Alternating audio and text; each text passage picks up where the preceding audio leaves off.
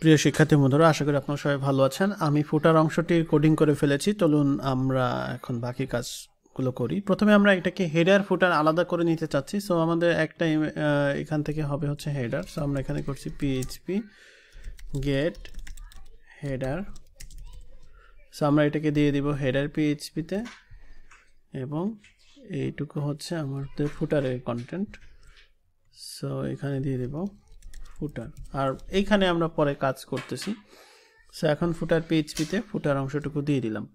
তো এখন আমাদের কিছু ডামি ডেটার প্রয়োজন হবে, যেহেতু আমরা হোম পেজের কাজ শুরু করব এখন, অর্থাৎ আমরা এই পর্যন্ত আসলাম। এখন হোম পেজের কাজ শুরু করার জন্য আমাদের যেটা করতে হবে সেটা হচ্ছে হোম পেজে আমাদের কী কী আছে এটা খেয়াল করতে হবে। এই অংশটুকু আছে, এটা আমরা ইন্ডেক্স পিএইচপির ভেতরে স্ট্যাটিক আকারে কোডিং করব। তারপরে হচ্ছে ইন্ডেক্স পিএইচপির ভিতরে এই অংশটুকু নিয়ে আসবো। তো এই অংশটুকু আবার সিমিলার আছে, খেয়াল করেন এই যে এই বক্সটা কিন্তু সিমিলার। সো আমরা একটা ফাংশন রেজিস্টার করব, যেই ফাংশন দিয়ে এই বক্সটাকে কন্ট্রোল করা হবে, তাহলে আমরা সব জায়গাতে এটাকে ব্যবহার করতে পারবো। তো প্রথমে আমরা নর্মালি করব, পরবর্তীতে আমরা যখনই রিপিটেড ইউজ হবে তখনই এটাকে ফাংশন বা টেমপ্লেট পার্ট অথবা যে কোনো মানে একটা জায়গা থেকে যাতে কন্টেন্টগুলো কন্ট্রোল হয় সেরকম কাজ করতে হবে, অর্থাৎ ডাবল কোনো জায়গাতে যেন আমার মডিফিকেশনের প্রয়োজন না হয়। তো আমরা এখন হেডার ফুটার আলাদা করে ফেললাম। এখন যেহেতু আমাদের ইভেন্ট লাগবে, সো আমরা কিছু ইভেন্ট তৈরি করে ফেলি এখানে। এখানে আমরা এটাকে টাইটেল দিয়ে, যেহেতু আমাদের ডেটার জন্য করা আছে, সো আমরা যাব প্রোডাক্ট অ্যাড নিউ। এইটা হচ্ছে আমাদের প্রোডাক্টের টাইটেল। এটা একটা টুর্নামেন্ট, লোকেশন হচ্ছে আমার এইটা। তারপরে এখানে স্টার্ট ডেট হচ্ছে November 10 আর November 11, এটা 2024 ইউজ করব, অথবা আমরা একটা ফিউচার ডেট জাস্ট দিয়ে দিই, ধরেন জানুয়ারি থেকে 31 তারিখ পর্যন্ত হবে। সো এইটার এখন আপাতত আমরা প্রাইস 10 দিয়ে রাখি, পরে আমরা প্রাইসকে ঠিক করব, যেহেতু এখানে ভেরিয়েবল প্রাইস হবে। আচ্ছা, আমরা ভেরিয়েবলও করে ফেলতে পারি। সো আমাদের ভেরিয়েবলের জন্য আমাদের এইচ ডিভিশন লাগবে। সো আমি আপনাদের এর আগে দেখিয়েছিলাম।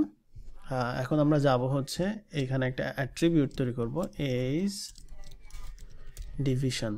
সো এইচ ডিভিশনের ভিতরে কি হবে সেটা হচ্ছে ওই যে ধরেন 9U এইচ ডিভিশন, বা ধরেন 10U এইচ ডিভিশন, আপাতত এই দুইটাই থাক। এখন প্রোডাক্টে গিয়ে আমরা হচ্ছে এটাকে ভেরিয়েবল প্রোডাক্ট হিসেবে রেজিস্টার করব। So variable product. এবারে আমরা এখানে যাব অ্যাট্রিবিউটস, যাওয়ার পরে আমরা এক্সিস্টিং এইচ ডিভিশনকে অ্যাড করব, এবং আমরা দুইটাই আপাতত নিয়ে নিব। সেভ চেঞ্জেস করলে এটাকে সেভ হয়ে যাবে। এখন আমরা হচ্ছে অ্যাট্রিবিউটস যখনই এটাকে সেভ করব, তখন আমরা ভেরিয়েশনসে গিয়ে আমরা জেনারেট ভেরিয়েশনে গেলে ওই ভেরিয়েশন দুইটা অটোমেটিক তৈরি হবে। তো প্রথম ভেরিয়েশনে আমরা প্রাইস দিলাম আপাতত 10, পরেরটাতেও আমরা দিলাম হচ্ছে 10।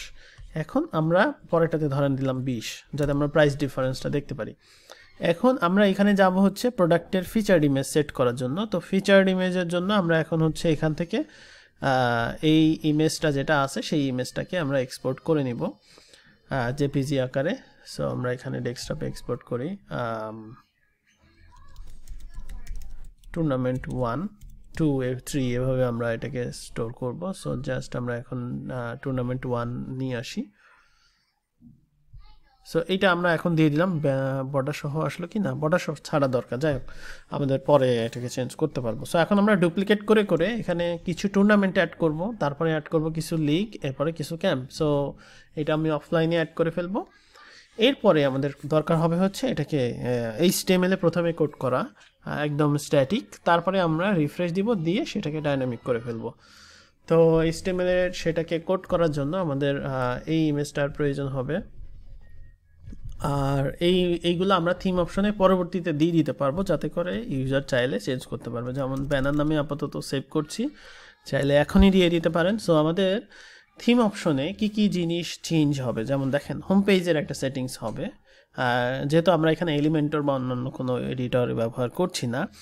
সো আমরা এখানে যেটা ব্যবহার করব সেটা হচ্ছে যে আমরা থিম অপশন দিয়ে এটাকে চেঞ্জ করার অপশন দিব, যে হোম পেজে কী কী আসবে। হোম পেজে 3টা সেকশন আছে, তারপরে এইটা আছে। তো এটার কন্টেন্টগুলো চেঞ্জ করার জন্য আমরা হচ্ছে একটা থিম অপশন তৈরি করে ফেলি। চলেন ফিল্ড গ্রুপসে যাব, অপশন পেজে যাব। সো আচ্ছা, অপশন পেজ হচ্ছে প্রিমিয়াম, ওকে।